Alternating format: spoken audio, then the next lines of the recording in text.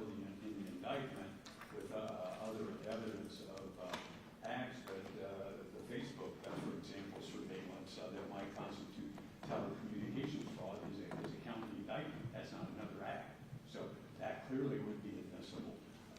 The forging of documents on birth certificates is a county indictment. That's not another act. So I think they have mixed together certain things, claiming them to be other acts when they aren't other criminal acts by the defendant that are under 404B, but rather they're the state's evidence to prove a count in the indictment. So that again goes back to where I started, that I think if the court's going to review this and write a decision with certain broad guidelines, that might be the proper, but otherwise I think that it really is premature. And I think at the last hearing, Mr.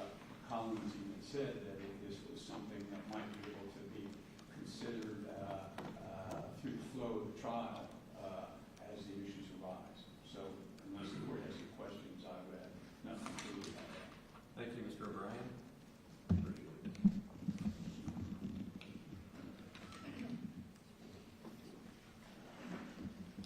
So I articulated my reasons for saying that the death penalty specification should be dismissed.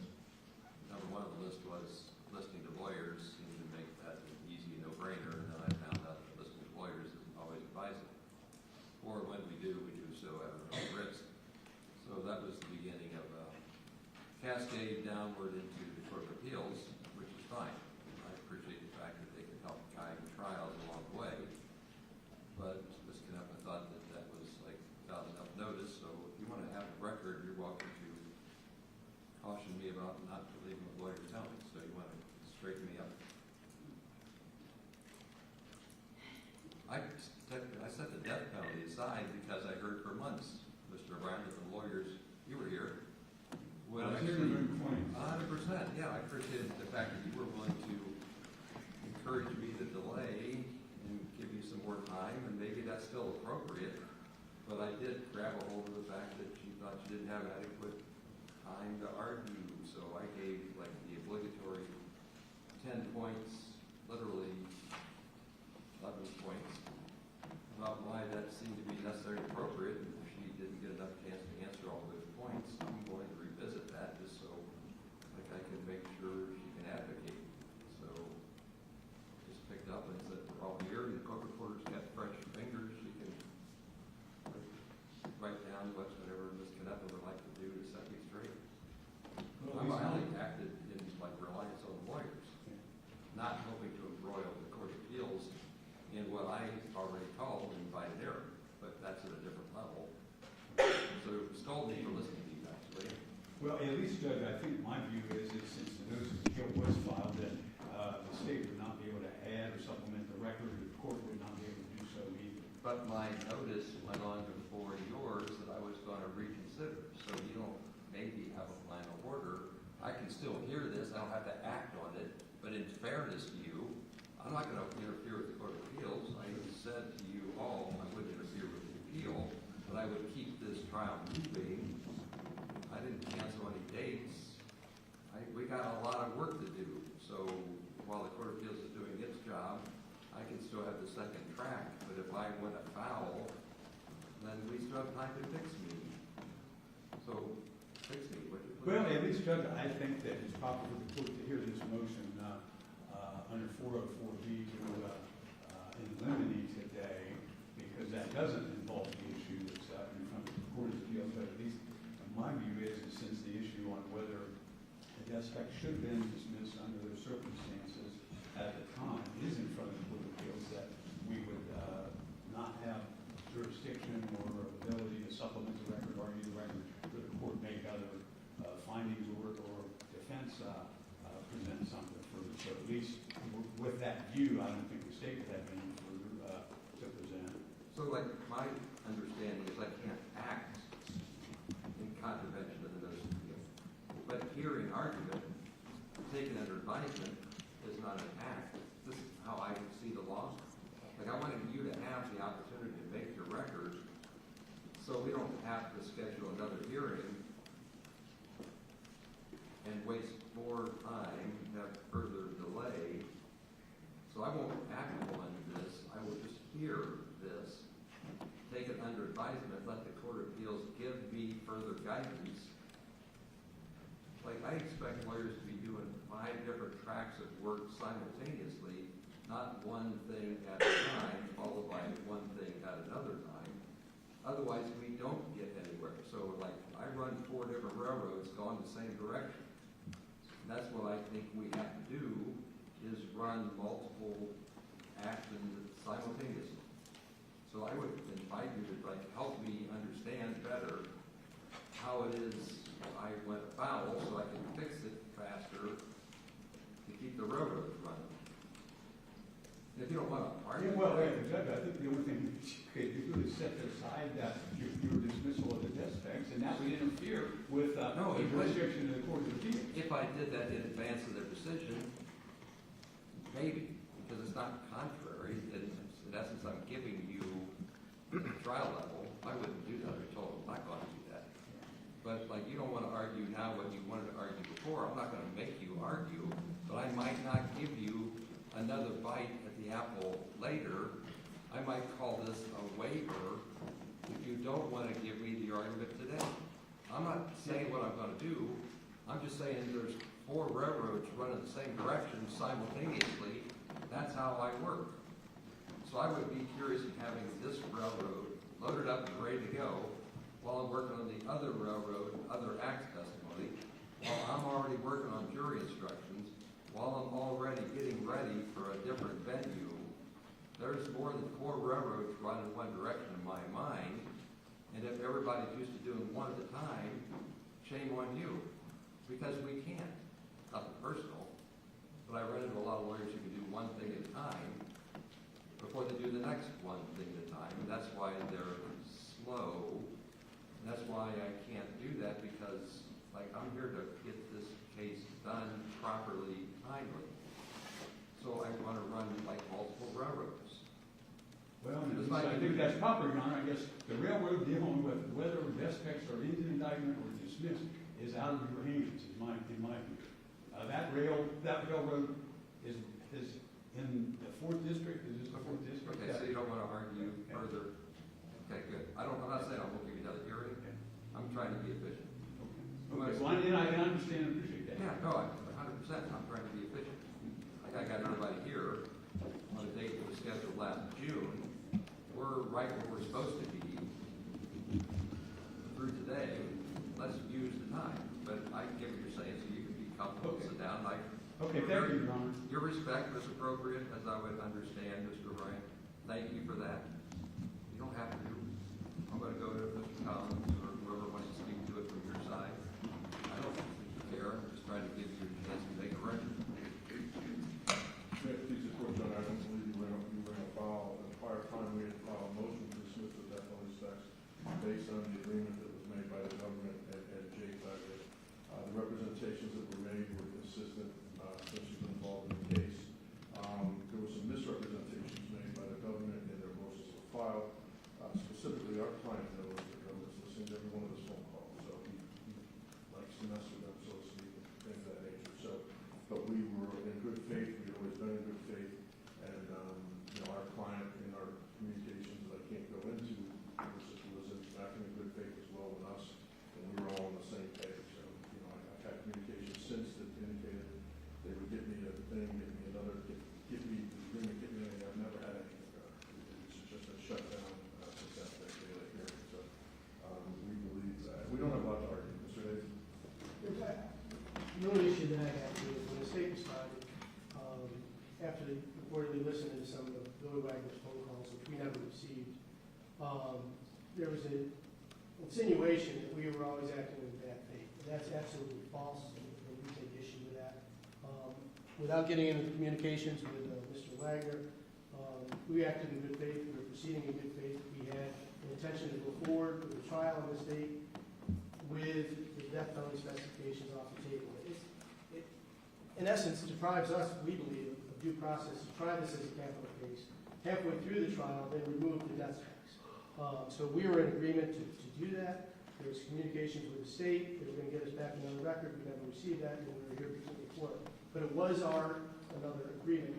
It was our intention to have that completed before that court date, so at no point in time was there any bad faith on the defense, and that's my take. Thank you very much. Your Honor, if I may, Yeah, go ahead.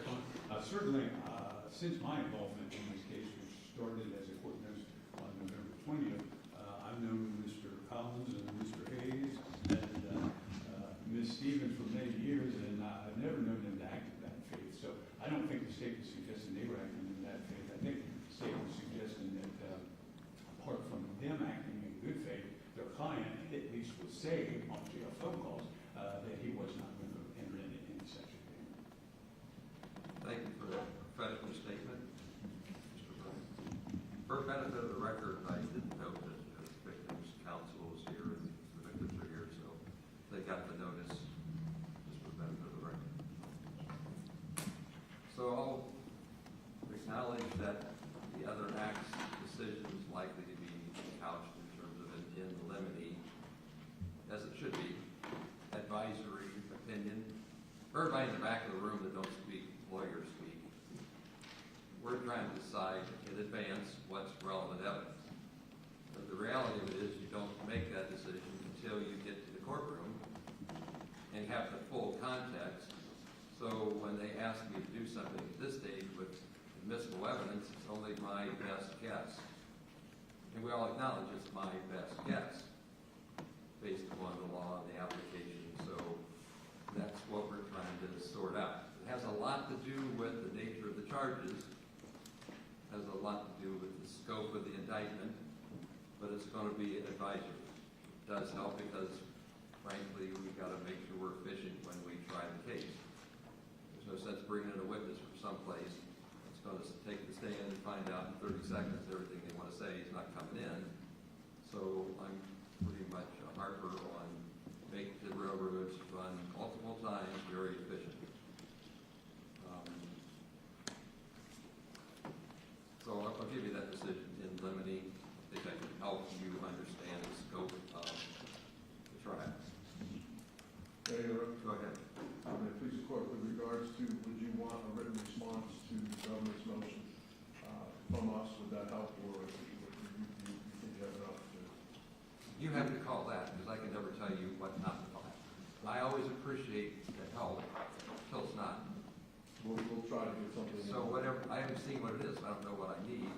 But when people ask me if I should file something, the answer always is, I don't control the document, you do.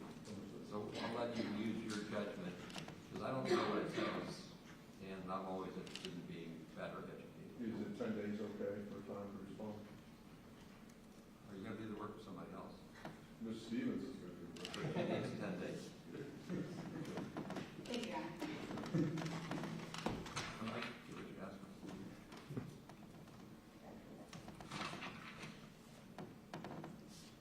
One aspect of the other act testimony is in my mind, but not before the court, and that's what charges get tried.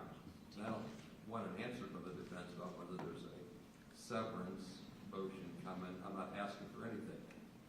But like if I issue an in limine decision, looking at the indictment, and I get a different motion later on under Rule 15 and 17, wherever they are, then the whole apple cart goes up in the air. I don't know the answer, just saying anything I give you is always going to be subject to wherever we are at the moment. Good luck to me. When we get a decision from the Court of Appeals, whatever it might be, I don't expect to give you the luxury of a lot of time. With all due respect to any other judge whose document was submitted to you, I'm more than happy to call and say, here's my problem, which just was made yours. That's not a commitment to anything other than short term, whatever short means. Would the court have any indication of what short means? Only for, I can't speak for Mr. Hayes, since that's or Mr. O'Brien, Mr. Neville, but I know I have I know the month of March, and the February month of March is a police shooting. Entire month of May is a police shooting. Entire month of July is a police shooting. I'd be happy to go between, but any help the court may give, those individuals are out. and not in custody, so any help that the court may be able to give to take up some of that time. As long as we get your help, we'll do whatever the court asks for. Anything I do is going to make everybody else's life uncomfortable. Thank you for the offer. I know it gets both ways, 100%. I'm going to call any judge and scream at you and use my best manners to explain my problem. But that's not resolving the problem. Just saying we have to understand that busy lawyers have multiple commitments and schedules flex the whole time. But short is all I can say, and I don't know the answer to that. I mean, it's not, I don't have that consideration. I have jury commissioners, I have deniers. Like, I'm way out ahead of you because you don't have to be out there. But I do. Thank you for submitting your proposed jury questionnaire. Twice edited. Oh, you don't know that. I'm probably not going to give you a chance to argue it either. I'm just going to do what I got to do to get there. Thank you for helping me. Seriously, we're making progress. Everything that happens in the room is everything that happens. I proved your fees today. Further proof that everything that happens in the courtroom is not everything that happens. It's both sides of the room. It's 100%. Everything you have to do has to get done outside the courtroom also. So you're probably running more than one room side. I'm totally running. And I don't have one case. You don't have one case. We all have to run. Does anybody need the record for anything else? Ms. Canepa? Yes, Your Honor. I don't know if the court, given none of us knows how the Court of Appeals is going to rule, or if somebody's going to appeal that decision. Obviously none of us knows what's going to happen. But I know the concern was mitigation had been stalled out. I don't know if I know the courts, defense attorneys are allowed to talk to the court ex parte about fees for experts or whatever. I don't know how much they got done. This case was indicted in 2018. I don't know how much they got done before Jake. What's there to mitigate? Well, that's not for me to decide. That would be for a jury to decide if it proceeds. It's 100% for you to decide because you're the one telling me we're not going to need mitigation. So either you intend to keep the death penalty all the way through, or you intend to remove the death penalty mid-trial. So now if you're saying it's definitely not negotiable, I want to know if it's not negotiable. Oh, no, I'm not saying that at all, Your Honor. Okay, So there won't be a need for mitigation if there's no death penalty, as long right? as Jake testifies, right? That's the condition. I just like George's trial, I agreed to dismiss, his defendant's agreement says that I will dismiss the death specs if he testifies. If he doesn't, then I would not. So that's not that's always been the case. That's never been different. Talk to all those people out there, and I don't read social media, but like every time I get more information about the done deal dismissal withdrawal, it helps me understand the validity of the statements that we're not going to be doing this. Like every time you come in and tell me more about ethical problems, ineffective assistant counsel, and now here's the terms of the agreement, I better understand how you were all too optimistic in your assurances that we weren't going to be there. So I'm not going to, I get your problem. I'm not going to have that answer. I would consider that a strategy. So thanks, you have a different time. Yes. Go. I would like to amend the bill of particulars. The count 6, 7, 8, and 13 should say Scioto County. It's in the transcript that they were provided, and they provided the transcript 2023 sometime. But when, the court asked for the bill of particulars, and I was looking through it myself for the other act stuff, it's possible I've done that already, but I don't know that I have done that. So I would move to amend the bill of particulars. How do you want to handle that?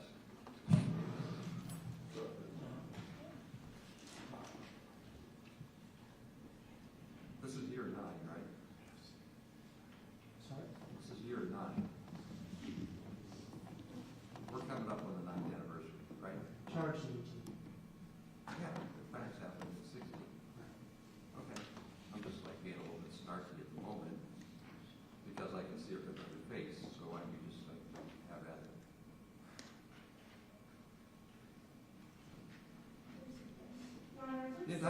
2018. I understand the bill, Well, the bill of what I was particulars. going to say is that the lead-in language to the indictment says that within or the body of Pike County or some manner enumerated in 290112 of the Ohio Revised Code where the proper venue is placed in the county of Pike on their oaths in the name and by the authority city. So there's, Like, how do you want to handle the okay, request for amendment? You want it in writing, and then you get a response in writing? Yes, John. Yeah, like, I get where we are, didn't see that one coming, but that's why I asked for the bill of particulars. Like, I'm to the point now where I can drill deeper into all the stuff that you're years ahead of me on, if in fact you're ahead. So she's gonna file a written motion to amend the bill of particulars, and you want how much time? Okay, and then how much time behind it did you want for your very capable staff? 7 to 10 days. Okay, we'll have a good, solid record of what we're asking for. Anything else you want? Mr. Bryan looks like he's got one. No, I was asking Ms. Knapp if similarly to the court letter, there was an implementation. So I have nothing further. Thank you. All right, anything else? No, thank you very much, John. All right, thanks again to the court staff. Go ahead and stand adjournment. Oh, no, we won't. Let's talk about our next scheduling. Phone call will do that. I'm going to do it right now. Go off the record, let's get our calendars and phones and things like that.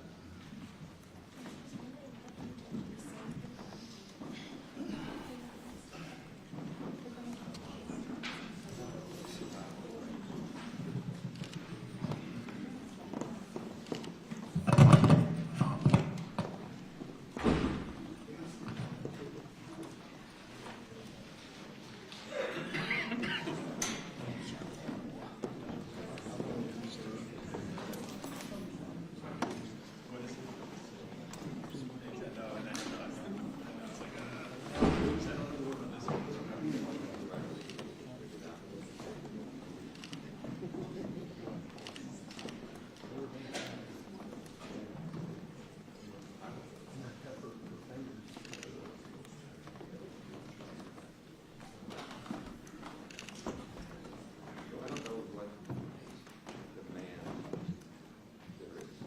Like you start out with monthly. It doesn't seem to be a good way to ease into it.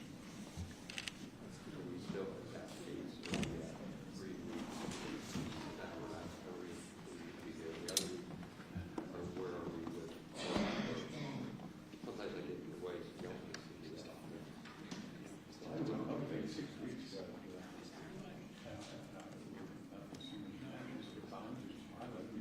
You're the one with the busy schedule. The judge, that's not every other week, maybe a few, but six, that's what it's not.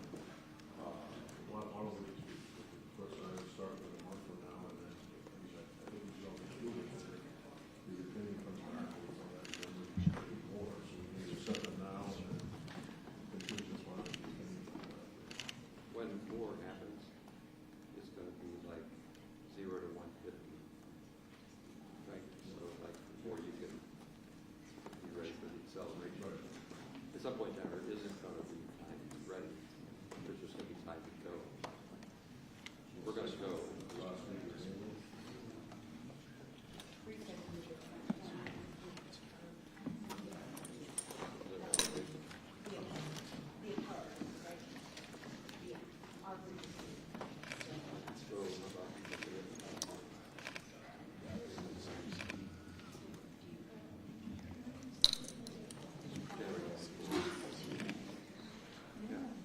Like I'm now going to think I'm supposed to see you tomorrow. Think of yourself as a card. Remind me anyway. And then the courtroom judge will issue a call. No, we're going to just do it. We're going to like have this meeting. And I'm pretty sure all we find is things that you do. Yeah. Okay. Because you mentioned the call. Then I was thinking we would call the schedule, but we don't have it on calendars. That Friday morning? I can do that. And We have 2 here. not good for you? Oh, that's right. Right, so since it's gotta be like relatively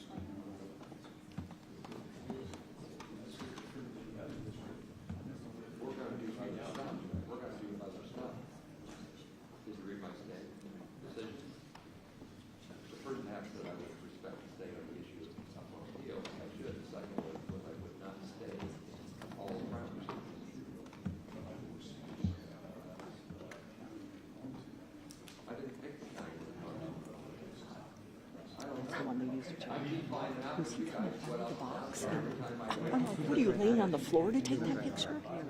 Oh, she's so good. She knows how to bait these Wagners and get them to look right at her lens.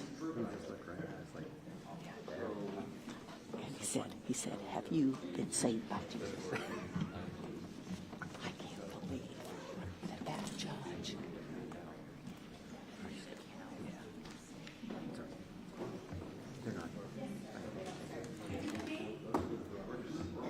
We're all in position. I'll see you next month. I'll see you next month.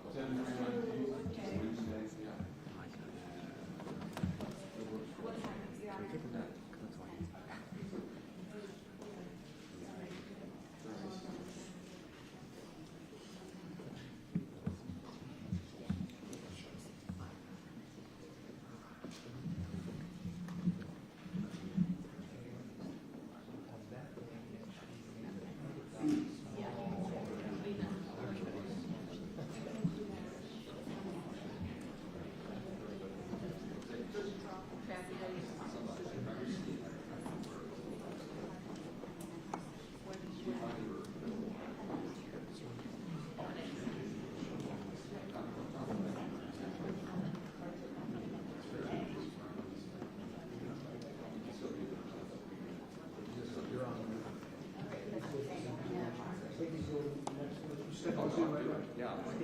He's ready. March is after. So those are two. No. I wish you could have practiced on a regular basis.